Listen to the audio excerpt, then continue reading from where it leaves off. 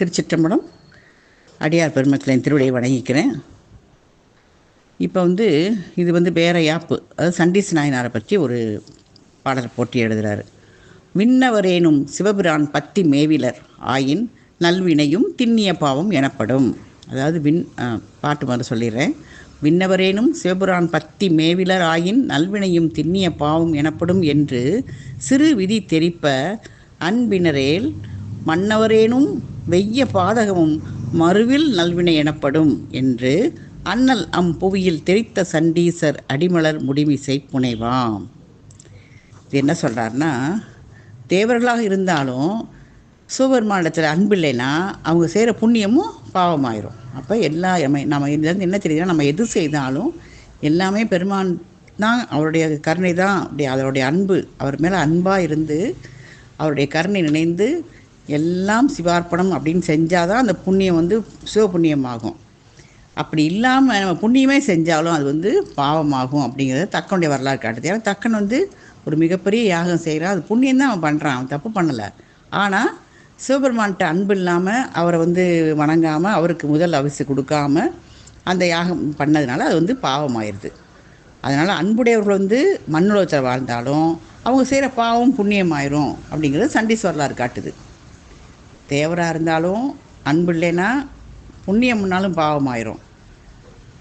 மண்ணுலகத்தில் வாழ்கிற மண்ணுலகத்தில் வாழ்கிறவங்க இருந்தாலும் அன்புடையவர்களாக இருந்து அவங்க செய்கிற பாவமும் புண்ணியமாயிரும் அப்படிங்கிறத சண்டீஸ் வரலாறு. எப்படின்னா, அந்த சண்டீஸ்வருடைய திருவடியில் நம்ம தலைமையில் வணிகன்னு சொல்கிறாரு.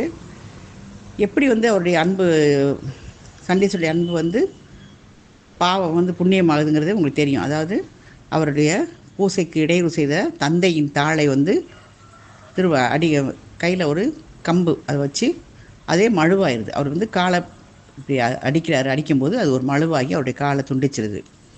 அப்போ தந்தையுடைய காலை விட்டு பாவம் தானே, அது செய்யக்கூடாதுல்ல. ஆனால் அவர் இறைவன் மேலே இருக்க அன்பால் செஞ்சதுனால அந்த பாவம் புண்ணியம் ஆயிடுச்சு. இதுதான் சண்டீச வரலாறு நம்மளுக்கு காட்டுது. அவருடைய திருவடியை நம்ம தலைமையில் அணிவோம் அப்படின்னு சொல்கிறாரு. சிறு விதினா தக்கன், மறுகில் நல்வினைனா குற்றமில்லாத நல்ல வினை, அது புண்ணியம். நல்ல வினைங்கிறத விட குற்றமில்லாத நல்வினைன்னு சொல்லி தான் முக்கியமாக சொல்கிறாங்க. மறுகில் நல்வினை அப்படின்னா புண்ணியமாகுது. இது இதுக்கு சிவஞான சித்தியால் ஒரு பாட்டு இருக்குது. அறநடிக்கு அன்பர் செய்யும் பாவமும் அறமதாகும், பரநடிக்கு அன்பில்லாதார் புண்ணியம் பாவமாகும். வரமுடை தக்கன் செய்த வேள்வி தீமையாகி நரரினில் பாலன் செய்த பாதகம் நன்மையாயிட்டே. இதைத்தான் சிவஞான சித்தியால் ஒரு பாடல் இருக்குது. அது இதுக்கு உதாரணமாக கொடுத்துருக்காங்க. இப்போ வரிசையாக ஒவ்வொரு தேவர்களை பற்றி நந்தி வரைக்கும் பாடிட்டு இப்போ 4 வரை பாடுறாரு. அடுத்து திருஞான சம்பந்தமூர்த்தி நாயனாரை பாடுறாரு. தவந்த என்பினை பெண்ணென படைத்தும் சார் மழவன் உவந்த பெண் உயிரடித்தும் ஒட்டாது எதிர்ப்புத்தன் நிவந்த சென்னியை உருட்டியும் முத்தொழில் நிறுவி பவம் தடுத்து உயிர்க்கு அருளும் சொற்பணவனை பணிவாம். இது ரொம்ப எளிமையாக தான் இருக்கு பாருங்கள். தவந்த இன்பினை, அதாவது இது முன்பே இறந்த ஒரு பெண்ணோட என்பை பெண்ணான படைத்தும் சார் மழவன் உவந்த பெண் உயிரடித்தும் ஒட்டாது எதிர்ப்புத்தன் நிவந்த சென்னியை உருட்டியும் முத்தொழில் நிறுவி, அதாவது என்ன செஞ்சிட்டார், 3 தொழிலும் அவரே செய்கிறார். இந்த இடத்துல பவம் தடுத்து உலக மீண்டும் பிறப்பை தடுத்து இந்த உயிருக்கு அருள்கின்ற சொற்பனவன், சொல்லால் மாலை அணிகின்ற ஞானசம்பந்தமூர்த்தி நாயனாரை சொல்கிறாரு. பணிவாம், அதாவது இறந்த பூம்பாவை என்னும் பெண்ணின் எலும்பை கொண்டு மீட்டும் பெண்ணாக படைத்தார் ஞானசம்பந்தர். அது நம்மளுக்கு தெரியும். அந்த கொல்லி மழவனின் பெண்ணை பிடித்திருந்த அந்த உவந்த பெண், மழவன் உவந்த பெண் அப்படின்னு சொல்கிறார். உயிரடித்தும் ஒட்டாது, அதாவது முயலகன் என்னும் நோயை நீக்கி அந்த பெண்ணை காப்பாற்றுறார். அப்புறம் நிபந்த சென்னியை உருட்டியும், ஒட்டாது எதிர்ப்புத்தன் நிபந்த சென்னியை உருட்டியும் அப்படின்னா திருத்தெழிச்சேரிங்கிற ஊரில் புத்தர் தலையில் இடி விழுற மாதிரி செஞ்சு அழித்தலை செய்கிறாரு. அதையும் முத்தொழில் நிறுவி பவம் தடுத்து, இந்த மாதிரி படைத்தலையும் அந்த பொண்ணை எலும்புலேருந்து படைத்தார், அந்த உயலகண்டந்து காக்குறாரு. அப்புறம் இடி விழுந்து திருத்தெழிச்சேரியில் இடி விழுந்து அந்த அழித்தலையும் செய்கிறாரு. இந்த மாதிரி முத்தொழிலையும் செஞ்ச திருஞான சம்பந்த பெருமானுடைய திருவடி தாமரையிலே பணிவோம் அப்படின்னு சொல்கிறாரு. பவம் தடுத்து அப்படின்னா மறைப்பும் உயிருக்கு அருளும், அதனால் அருளும் ஆக 5 தொழிலும் குறிக்கப்பட்டு வந்துருச்சு. அப்படின்னா 5 3ஆக கூறு முறை பற்றி இதை முத்தொழில் நிறுவின்னு சொல்கிறாரு. தவந்தன அழிந்த பாவம்னா பிறப்பு, பணவன்னா அந்தணன். அதாவது சொற்பணவனை அப்படின்னு சொல்கிறாரில்ல, அந்த பணவன்னா அந்தணன்கிற ஒரு அர்த்தம் இருக்குது. அப்போ படைத்தல், காத்தல், அழித்தல் செஞ்சுறாரு. பவன் தடுத்து அப்படிங்கிறனால மறைப்பு வந்துருச்சு. அந்த உயிருக்கு அருளும் அப்படிங்கிறதுனால அருள்னு வந்துருச்சு. 5 தொழிலும் செஞ்சதுனால 3ஆக சொல்கிற முறை. பொதுவாக 5 3ஆக சொல்கிறது தான் வழக்கம். அதாவது படைத்தல், காத்தல், அழித்தல்லே எல்லாமே அடங்கிடும். மறைத்தலும் அருளும் அதிலே வந்துடும். ஏன்னா காக்கும் போதே அருள் தான். அது அந்த மாதிரி எல்லாமே 5 3ஆக சொல்கிற வழக்கம் உண்டு. அதனால தான் 3 தொழில் அப்படின்னு சொல்லி சொல்கிறார். முத்தொழில் நிறுவி அப்படின்னு சொல்கிறாரு. அவருடைய திருவடியை வணங்குவோம் அப்படின்னு சொல்கிறார். அடுத்து திருநாவுக்கரசு நாயனார். விஞ்சை கற்பன வேரிலை விடையவன் பதங்கள் அஞ்சுமே என அறிய எவ்வுலகும் கற்புனையா நெஞ்சு துட்கெனும் நெடும் புனல் வேலையும் பிறவி வஞ்ச வேலையும் நீந்திய மன்னனை பணிவாம். இது நாவுக்கரசு நாயனருடைய வரலாறு கூறுது. அதாவது அஞ்சலித்து மந்திரத்தை கூறுறத தவிர வேறு சிறப்பான செயலே இல்லை உலகத்தில் அப்படிங்கிறத காட்டுறதுக்காக அந்த கல்லையே தெப்பமாக கொண்டு அந்த நம்ம பார்த்தாலே அஞ்சுக்கின்ற அந்த பிறவி கடலையும் உலகில் உள்ள பெருங்கடலையும் நீந்திட்டார். யார்? திருநாவுக்கரசர். அவர் அரசர், நீந்திய அரசராகிய திருநாவுக்கரசர் பணியணும் அப்படிங்கிறாரு. அதாவது கல்லை தெப்பமாக கொண்டு அது பணிந்த நற்றுணையாக பூட்டி கற்றுணை பூட்டியோர் கடலில் பாய்ச்சினும் நற்றுணையாவது நமச்சிவாயவே அப்படின்னு பாடியிருக்காரு. அந்த மாதிரி மஞ்சளித்த மந்திரத்தை சொல்கிறது தான் சிறப்பான செயல்.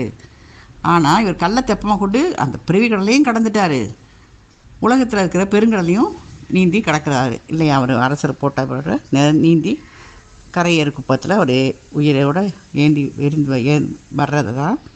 அந்த மாதிரி பிரிவுகளையும் நீந்திட்டார், உலகக்கடலையும் நீந்தினாருன்னு சொல்லி இந்த பதியத்தில் பாடுறாரு. விஞ்சைனா விஞ்சை கற்பனை வேறுனா வித்தை, விடையவன் பதங்கள்னால் அது நம்ம தெரிஞ்ச இறைவனுடைய அஞ்செழுத்து மந்திரம். பதம்னா இந்த இடத்துல மந்திரம் வருது, பதங்கள். அப்புறம் 5 எழுத்தும் 5 சொற்கள், அந்தியும் நண்பகலும் 5 பதம் சொல்லி அப்படின்னு தேவாரத்தில் வருது. அந்த மாதிரி வேலைனா கடல், நெடும் புனல் வேலையும் பிறவி வஞ்ச வேலையும் ரெண்டுமே அவர் கடந்து அந்த நீந்திய மன்னனை பணிவாம் அப்படின்னு சொல்கிறாரு. அடுத்து சுந்தரமூர்த்தி நாயனார் பாடுறாரு. ஆடும் பாம்பணிந்து அம்பலத்து ஆடிய அழகன் பாடும் பல பகர்ந்து மற்ற இம்மையிற் பயனும் கூடு மேலையிற் பயனும் கோது அனைத்தையும் ஒருவும் வீடும் வாங்கும் வாணிகத்து உரு விரகனை வியப்பாம். என்ன சொல்கிறாருன்னா, ஆடுற பாம்பை அணிஞ்சு அம்பலத்தில் ஆடுறவர் கூத்தப்பெருமான். அந்த அழகனுக்கு பல பாட்டுகளை பாடி கொடுத்து இவர் பாடிய பாட்டை கேட்டு இம்மை பயனையும் மறுமை பயனையும் பெற்றுக்கிட்டு அதனால் வீடு பெற்றையும் வாங்கி வணிகத்தில் வல்லவராயிட்டார். யார்? சுந்தரமூர்த்தி நாயனார். அவரை வேந்து பாராட்டுறாரு. எப்படின்னா, ஆடும் பாம்பணிந்து அம்பலத்தாடிய அழகன் பாடும் பல பகர்ந்து நிறைய பாட்டு சொல்லி மற்ற இம்மையிற் பயணம் இப்பையும் பயணம் பெறுகிறாரு. கூடு மேலையிற் பயணம் கோது அனைத்தையும் ஒருவும் வீடும், அதாவது கடைசியில் வீட்டு பேற்றையும் வாங்கி வணிகத்துறை. இந்த மாதிரி சிறப்பான ஒரு வணிகம்னா என்னது? சங்கரா ஆர்குலோ சதுரன் நம்ம திருவாசத்தில் வருதில்ல, தந்தது உண்டனை கொண்டது எந்தனை மாதிரி அந்த மாதிரி ஒரு வணிகம் பண்ணி அதில் வல்லவரான சுந்தரமூர்த்தி நாயனாரை வியந்து பாராட்டுகிறார் இந்த பதியத்தில். வணிகம்னா சுந்தரம் இறைவன் மீது பல வாக்களை பாடினார். அதுக்காக இறைவன் என்ன செஞ்சார்? இம்மை பையனை கொடுத்தாரு, மறுமை பையனை கொடுத்தாரு, வீடு பேர் கொடுக்குறாரு. இந்த மாதிரி கொடுத்தும் கொள்வதும் வணிகம் தானே. அந்த வாணிகம் அப்படிங்கிறதுக்காக அந்த பகர்ந்து அதுக்கேற்ப சொல்லி அந்த வாங்கும் அப்படிங்கிற சொல்லையும் பயன்படுத்துகிறார் இந்த பாடலில். அடுத்து மாணிக்கவாச சுவாமிகளை ஒரு பதிகமாக பாடுறார். எப்படின்னா, உள்ளமாகிய புலத்தினை பத்தியால் உழுது தெள்ளு ஞான வித்துருத்து நற்சிரத்தை நீர் பாய்த்தி கள்ள வான்பொறி களைகள் கட்டு ஆனந்தம் விளைத்து கொள்ளை கூறு மாணிக்க வாசகன் கழல் குறிப்பாம். இந்த பாடலை கேட்டால் உங்களுக்கு ஞாபகம் வரும். ஏன்னா நம்ம திருவாசகம் முற்று ஓதுதலில் ஒவ்வொரு இதுலேயும் அவருடைய துதி பாடும்பொழுது இந்த பாடலை அடிக்கடி பாடியிருக்கோம். அதுக்கான விளக்கம் சொல்கிறாரு.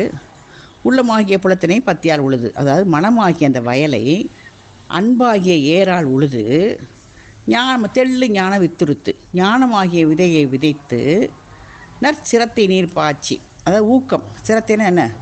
ரொம்ப கருத்தாக அக்கறையாக அந்த மாதிரி ஊக்கம் அப்படிங்கிற நீரை பாய்ச்சி கள்ள வான்பொறி களைகள் கட்டு. கள்ள வான்பொறினா அந்த இந்திரியங்களாகிய கலையை, அதைத்தான் வான்பொறி கலைகள்னு சொல்கிறாரு. 5 பொறிகள்.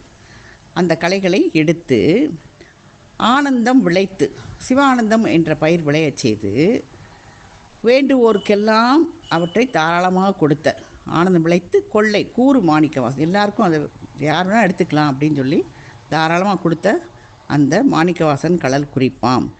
மாணிக்கவாச பெருமானுடைய திருவடியை நம்ம மனசால் வணங்கணும் அப்படின்னு சொல்கிறாரு. கொள்ளை கூறுனா மிகுதியாக சொல்கிறது. உனக்கு என்ன கொள்ளைனா அதிகமாக அப்படின்னு சொல்கிற அர்த்தம். நால்வரில் திருஞான சம்பந்தர் அந்தனராகவும் திருநாவுக்கரசர் வந்து அரசராகவும் சொல்கிறாரு. சுந்தரமூர்த்தியை வணிகராக சொல்கிறாரு. மாணிக்க வாசகரை விவசாயம் பண்ணுற மாதிரி வேளாளராகவும் சொல்கிறாரு. அதுக்கு மாதிரி அமைச்சு 4 பேரையும் போற்றிய முறை வந்து தனி சிறப்புடையது. எப்படின்னா அவருடைய ஒவ்வொருத்தரையும் ஒவ்வொரு இது அவங்களை செய்கிற வச்சு அதை வச்சு அவங்களுக்கு ஒரு பணி மாதிரி சொல்லி வாழ்த்தியிருக்காரு. இது வந்து 4 பேரையும் போற்றிய முறை வந்து தனி சிறப்புடையது அப்படின்னு சொல்லி முடிக்கிறாரு. திருச்சிற்றம்பலம்.